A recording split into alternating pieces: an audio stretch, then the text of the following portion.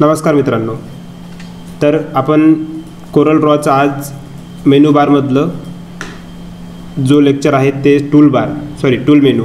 तर टूल मेनूमध्ये आणि टूल बारमध्ये काही गोष्टी सिमिलर आहे, ते गोष्टी आपण सोडून देऊन टूल बार आणि जमल्यास याच व्हिडिओमध्ये विंडोजचं पण लेक्चर घेणार आहोत. ठीक आहे, यासाठी आपण पहिले सुरुवात करूया टूल बारमधून. तर टूल बारमध्ये पहिले ऑप्शन्स दाखवत आहे तुम्हाला, त्यानंतर कस्टमायझेशन, त्यानंतर save setting, and do fall, colour management आणि क्रिएट आणि मायक्रोज या दोन गोष्टीचं आपल्याला काम नाही आहे.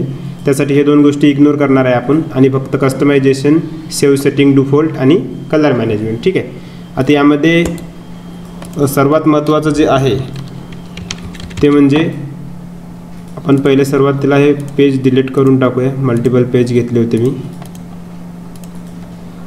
त्यामध्ये आता आपण पहिले एक न्यू पेज घेऊन घेऊ. न्यू पेज घेतल्यानंतर आज आपण लर्न करणार आहे ते म्हणजे टूल मेन्यू लर्न करण्यात आपण करूयात सुरुवात. ऑप्शन, टूल मेन्यूमध्ये पहिला मेनू जो आहे तो म्हणजे ऑप्शनचं शॉर्टकट आहे Ctrl+G. तर ऑप्शनमध्ये वर्कस्पेस, डॉक्युमेंट आणि ग्लोबल. आता आपल्याला वर्कस्पेसमध्ये जर आहोत तर वर्कस्पेस म्हणजे जे आपण हे वरी काम करत आहोत, व्हाईट स्क्रीनच्या वरी, पेजच्या वरी वर्कस्पेस, त्याला वर्कस्पेस म्हणतात. ठीक आहे, आता आपण जे स्क्रीन दिसत आहे आपली ती कशी ठेवायची? पेज लेआउट, क्लासिक, ॲडोबी हे वर्कस्पेस आहे. याच्यामध्ये आपण चेंजेस करू शकतो, पण कुणीही चेंजेस करू नका काहीही, कारण तर ऑलरेडी ज्यावेळेस आपण कोरल इन्स्टॉल करतो त्यावेळेस ते चेंजेस केलेले असतात आणि ते परफेक्ट असतात. ठीक आहे, आपल्याला जर आपल्या इच्छेनुसार जर चेंजेस करायचे असेल तर तुम्ही चेंजेस करू शकता. डॉक्युमेंट पण सेम आहे आणि ग्लोबल पण सेम आहे, त्यासाठी याला पण आपण बंद करूया, कारण तर हा सगळा पार्ट टूलबारमध्ये आपल्याला येऊन जाते आणि त्यावेळेस तिथे तुम्हाला समजून पण जाईल. ठीक आहे, आता टूलबारमध्ये कस्टमायझेशन म्हणजे आता वरी वर्कस्पेस दिसत आहे तोच टूल आहे. Ctrl+Jचा जो शॉर्टकट होता ना तोच टूल आहे टूल मेन्यूमधला. आणि वर्कस्पेस, कस्टमायझेशनमध्ये या साईडला तुम्हाला वर्कस्पेस दिसत असेल, इथं बघू शकता तुम्ही. यामध्ये डबल जनरल डिस्प्ले म्हणजे आपल्याला काय शो होणार, काय नाही, आपल्याला काय बघायचं आहे, काय नाही, हे आपण इथून करू शकतो. एडिटमधून सुद्धा जे आपण डायरेक्शन वगैरे जे देतो ते आपल्याला बघण्यासाठी, आणि या गोष्टीमध्ये छेडखानी करण्याची आपल्याला गरज नाही आहे, कारण तर आपण ऑलरेडी सेटिंग केलेली असते ती, आणि ती प्रॉपर सेटिंग आपल्यालाच कामी येणार. ठीक आहे, आता डिस्प्लेची साईज जर वाढवायची असेल तर ते वाढवू शकतो आपण इथून. कीबोर्ड टेक्स्ट जे आपल्याला इनडायरेक्टली आपण आता सरळ मी इथून याला कॅन्सल करून एक टेक्स्ट बारला क्लिक करून जे टाईप करतो त्याची सेटिंग इथून तुम्ही वाढवू शकता, कमी करू शकता, जास्त करू शकता. ठीक आहे, आता कस्टमायझेशनमधून ग्लोबल, डॉक्युमेंट, आता हे सर्व गोष्टी आपण लर्न करणार आहोत टूल बारमध्ये, कारण तर टूल्स मेन्यू आणि टूल बार हा एकच आहे. ठीक आहे, यासाठी याला करूयात कॅन्सल. याच्यामध्ये फक्त एक शिकण्यालायक तुम्हाला जे आहे ते म्हणजे कलर मॅनेजमेंट. टूल्समध्ये आपण सेव्ह सेटिंग ॲज डिफॉल्ट म्हणजे आता मी वर्क करतो आहे, आता मला माझा जो कोरल आहे त्याची जी वेलकम स्क्रीन आहे किंवा त्याचा जो पेज घेतल्यानंतरची जो स्क्रीन आहे, डिस्प्ले स्क्रीन, त्यामध्ये मला काही चेंजेस करायचे आहे. ठीक आहे, मला आता हा जो कलर पॅलेट आहे हा इथं पाहिजे, किंवा मला कलर पॅलेट वरी पाहिजे. ठीक आहे, किंवा मला कलर पॅलेट खाली पाहिजे.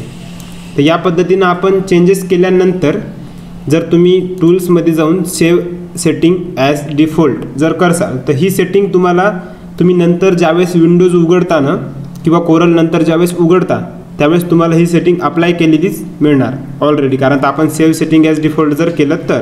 आता मला ही सेटिंग जिथं होती माझी कलर पॅलेट जिथं होतं मला तिथंच ठेवायचं आहे. ठीक आहे, तर सेव्ह ॲज डिफॉल्टचं तुम्हाला समजलं असेल, save setting as default. Colour management आखरी टूल बारमधला आपला जो मेन्यू आहे ते घेणार आहे आपण.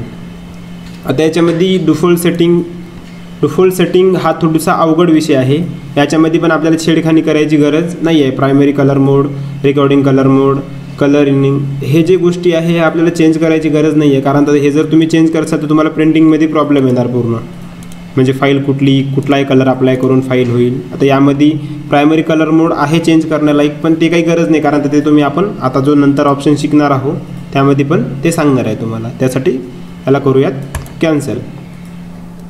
ठीक आहे, आता नंतर आपण टूल्समध्ये कलर मॅनेजमेंटमध्ये डॉक्युमेंट सेटिंगमध्ये थोडा विषय तुमच्या कामीचा आहे, तर ते तुम्हाला समजून देतो. काय केलं आहे मी, आलं आहे का तुमच्या लक्षात, की टूल्स, कलर मॅनेजमेंट आणि डॉक्युमेंट सेटिंग. ठीक आहे. डॉक्युमेंट सेटिंगमध्ये आता एखादी गोष्ट आपण बाहेरून समजा याला कॅन्सल करतो तुम्हाला दाखवण्यासाठी आणि इम्पोर्ट करायचं आहे मला. ते इम्पोर्टमध्ये एक फोटो घ्यायचा आहे मला. इम्पोर्टमधून मी एक फोटो घेईल. ठीक आहे. आणि तो फोटो ड्रॉ करून मी इथे ठेवेल, स्क्रीनला दाखवण्यासाठी ड्रॉ करून घेईल. ठीक आहे.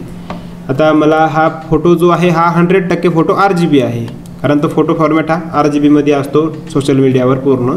आता मला याला CMYKमध्ये जर कन्वर्ट करायचं आहे तर मी जाईल टूल्समधून कलर मॅनेजमेंटमधून डॉक्युमेंट सेटिंगला क्लिक करून मी इथे खाली प्रायमरी कलर मोड, जे की वरी पण होतं आता याच्या आधी आपण जो मेन्यू ओपन केला होता त्यामध्ये. ठीक आहे. ते याला मी RGB करेल किंवा याला CMYK करेल. तर फोटोमध्ये एक थोडा नॉर्मल चेंज तुम्हाला दिसणार आणि तो रेकॉर्डमध्ये येणार नाही. त्यासाठी तुम्ही जोपर्यंत प्रॉपर करून बघत नाही त्याशिवाय ते तुम्हाला समजणार नाही. ठीक आहे. आता हा झाला डॉक्युमेंट सेटिंगचा भाग. आपला टूलबार पूर्णपणे संपलेला आहे. टूलबारमधलं काम एवढंच आहे की आपल्याला जर तिथं काही समजलं नाही तर आपण तिथून ती गोष्ट इकडे घेऊन इकडे सुद्धा पाहू शकतो. ठीक आहे. त्यासाठी प्रयत्न एवढाच करा की टूल्समध्ये लक्ष न देता जर तुम्ही दुसरीकडे जरी लक्ष दिलं टूल्स बारकडे तरी चालेल. आता यानंतर आपण नेक्स्ट लेक्चरमध्ये घेऊ विंडोज, आणि विंडोजसोबत विंडोजमध्ये पण बऱ्याच काही गोष्टी शिकण्यालायक आहे ते आपण घेऊ. ठीक आहे. धन्यवाद.